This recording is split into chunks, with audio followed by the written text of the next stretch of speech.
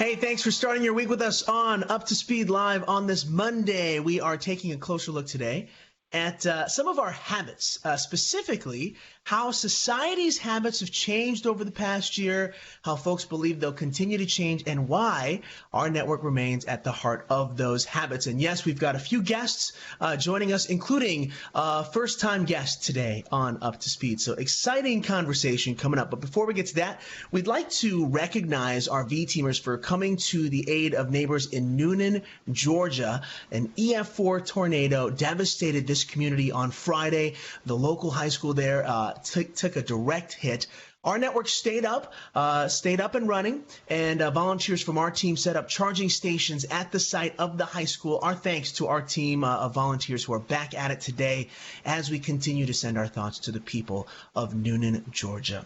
Now, you may have seen last week the release of Verizon's Look Forward study, which used Verizon network data and the opinions of Americans captured in a survey conducted in partnership with the group Morning Consult to examine which pandemic-related habits will be gone a year from now, which ones are going to be here to stay. And helping us break down the numbers are a few of our communications teammates who collaborated on this study, our good friends David Weissmann and Libby Jacobson Fox. Now, as you're listening to this conversation, feel free to drop in with your own thoughts about some of these topics in the live stream chat on Periscope, or just send us a reply on Twitter as well. We would love to hear from you. So without further ado, a closer look at our Look Forward study with Libby and David. All right, first, a big congrats to both of you on the release of the study. Lots of great information for everyone. Now, before we dive into the stats, let's start with some of your key takeaways. What struck you the most about this data? And Libby, we'll start with you. For me, I think one of the key, most mind-blowing takeaways was remote work is really going to be here to stay. In some form, whether it's, fully remote or hybrid. And in our results, actually, something that really jumped out at me is just the breakdown between people who look forward to getting back in the office and the people who look forward to just being remote only. We asked respondents a year from now, how would you like to be working? And it was about equal numbers with a pretty strong plurality, about 45%, who were in the middle, saying they wanted more of a hybrid, some days in, some days out. And one other interesting thing that kind of surprised me, parents were more likely to want to be back in the office full time versus remote. Non-parents were more likely to say, I'm good, keep me remote a year from now. Interesting. I know you're both parents, so we'll talk about your kids in just a bit. But David, your thoughts. What struck you the most? Yeah, flexibility to me was the key word in all the categories that we looked at. People want flexibility in work, in the way they shop, in the way they consume content. They've tasted it. Digitalization has taken this, leapfrog, and they're not going back. And they want it their way. So they get to choose whether they want the lettuce, pickles, and onion. Yeah, and I'm glad you mentioned retail, David. Obviously, there's a lot of sort of not going back when it comes to, getting back on track in terms of recovery. But if we, take a look at the numbers here, when we think about how many people were shopping in person versus now and what they'd like to do in the future. David, we'll start with you. What are your thoughts on some of these retail numbers? Yeah, what was surprising to me, in addition to the proportion of people who are shopping online and say they aren't going back, is the number of folks who had their first ever experiences with contactless credit cards, contactless mobile payments, and grocery delivery services, right? This isn't just about, do you go to a Verizon store or do you go to Verizon.com? This is about the way that we transact business and the way that people pay for things, pick up things. It's a wholesale change, and people are ready to embrace it. And they're going to need the networks to make all that stuff work, and that's what we're here for. And Libby, what's kind of interesting about this is I know this is data that we've collected, but we're living this too. So your thoughts on retail and the shopping experience? So as our study finds, people are planning to make a shift, in-person shopping will still be here. In fact, more people have said they expect to do more of an even mix of shopping, both online and in person after the pandemic. But if you look at the way it breaks down among generations, this is maybe not surprising, but Gen Z, so that's, people born between 1997 and 2012, they are moving more towards a mostly online shopping experience. More of them said they'll be doing their shopping mostly online. It's 26% versus mostly in person, 21%. And across the generations, that kind of equal in-person online is pretty consistent, but Gen Z is definitely leading the way in embracing, mostly e-commerce. And Libby, we'll stay with you on the issue of work. You mentioned it up top here, but no surprise, folks are using our network for video conferencing at huge levels here. Your thoughts on some of these numbers and what it means for a company like ours? Certainly. So we mentioned earlier that, flexibility, remote, hybrid roles, those are probably going to be around. People expect them a year from now after the pandemic subsides. Another key takeaway that we found is that a lot of people who are working remote right now say that they will plan to be kind of more mobile as they, a year from now, as they're still working in some kind of remote fashion. So they won't necessarily be working from home. They might be working from the road or, from some third place, a coffee shop or, wherever they might be. Absolutely. And that's something that, of course, all of our leaders are thinking about as we sort of look at our next chapter. It's something that our own HR leader, Christy Pambianchi, shared her thoughts on a LinkedIn article, which you can check out on Christy's LinkedIn. David, how are you feeling about remote work? I know I'm always sort of juggling like, boy, I do miss our team. I would love to see you guys face to face, but at the same time, very flexible working from home. Just curious your thoughts. Yeah, some days I feel like I'm more productive. Some days I feel like I'm less productive. But I've gotten essentially 2 hours back into my day every day from my commute. And, some days work gets that time. Some days family gets that time. Most days it's kind of a mix. But it's time that feels a lot more useful than sitting in the car. So I'm enjoying the setup and looking forward to reading more about it. Well, I read it, but looking forward to hearing the next steps from Christy.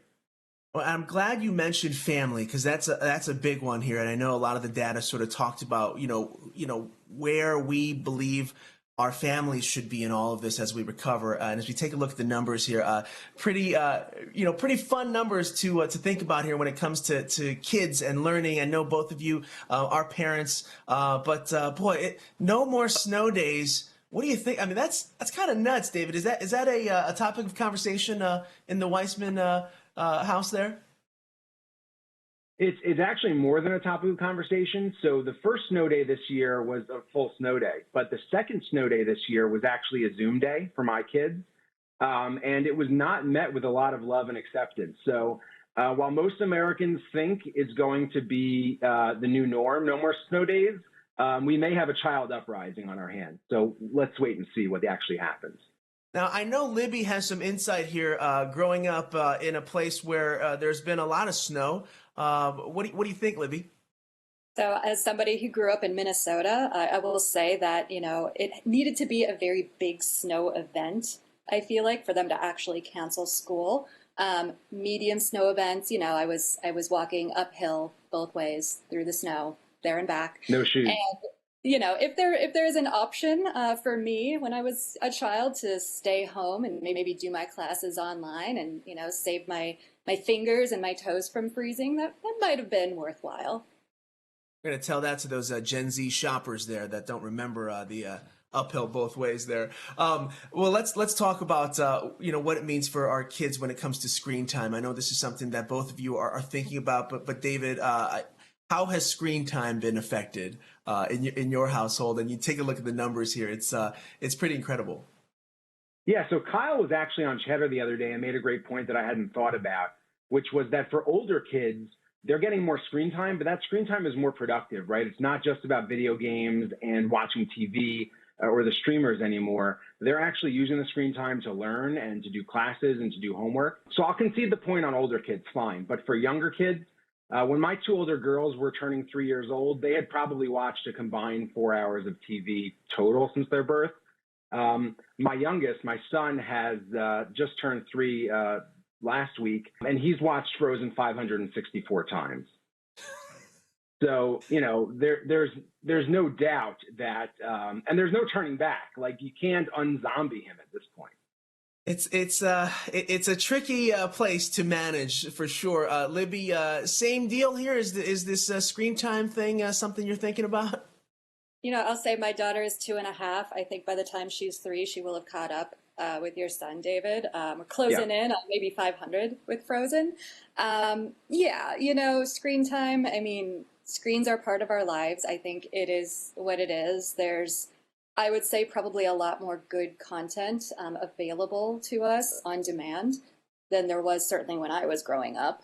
And we're not alone. We know that other parents are kind of navigating this new uncertain world with screens everywhere. And anybody is welcome to visit. We've pulled together a hub online on Verizon.com for resources for parents trying to make sense of this world and figure out how to set boundaries and rules with their kids around things like screen time. And you can find that at verizon.com/parenting. A lot of really good research there and resources.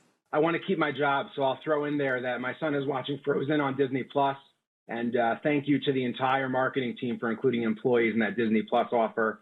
It has changed our lives, maybe for the better. Absolutely. Yeah, if we're doing Disney Plus plugs, I would say my daughter is a huge fan of the show Bluey on Disney Plus. Great for kids. Parents will enjoy it too. Really recommend it.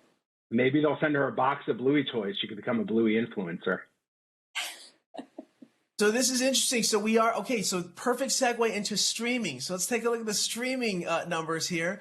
And yes, you look at pre-pandemic levels, and yeah, we were streaming quite a bit, but obviously this is changed, and the idea of sort of binge watching has sort of redefined the way that we view content.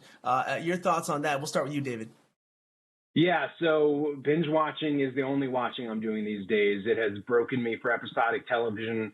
I can't possibly remember content from a week previous if I haven't been reinforced by like 40 other episodes between the two dates. So I'm a binge watch guy all the way. Don't get to do it as much as I want because, as we said, I am a parent. But it's here to stay, and you need that reliable network connection in order to do that. And you need the streamers like Discovery Plus in order to do that. So I'm just happy to work here and have access to all that. It's hard to remember that shows once were like, catch us next week on this show. Like nobody ever watches shows anymore like that. Libby, what are you watching? What are you binge watching these days? I'm also largely a binge watcher. We're big fans of the Great British Bake Off in our household. But I will say that my husband and I did tune in every week to watch The Mandalorian. A little bit of episodic TV, I think, is just what we need. We don't watch that much episodic, but just being able to like catch up with friends over the weekend. Oh, did you see what happened this week? I think there's still a little bit of fun in the episodic. But yeah, we're like 90% binge watch over here. As we conclude our thoughts here, I know we had some stats about staying connected, which is something that obviously are near and dear to our hearts as we continue to stay connected like this. But just wanted to get your final thoughts on how important it is to stay connected and what the world thinks about that sentiment. And Libby, we'll start with you.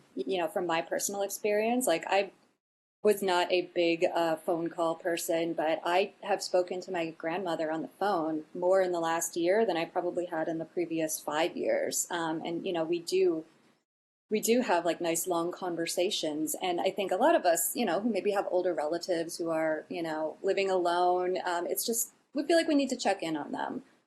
So hi, Grandma, love you. I'll call you this weekend.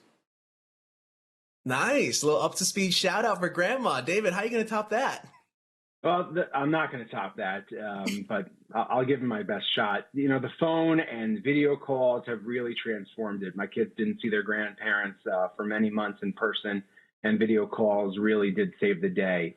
Early in the pandemic, I was getting calls from reporters, weekly saying, how's the Verizon network doing? How can the Verizon network handle all of this? And it was really interesting to see them come out with the stats early on about just how much traffic was traversing the network. And that was sort of the inspiration for the study, right? We wanted to look at what was going on then, what's happening now, but more importantly, what do Americans expect from the networks of the future? And this study has given us an insight into somewhat how to prepare for usage.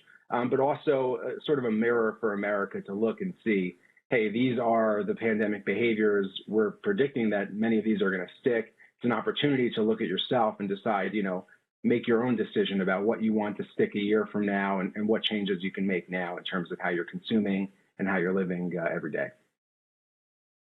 Everything we talked about today proves that whatever happens, how this recovery unfolds, our company and our network will be at the cornerstone of every facet of change here.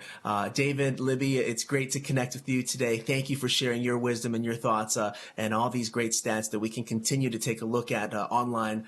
We really appreciate your time. Thanks for having us. Thank you.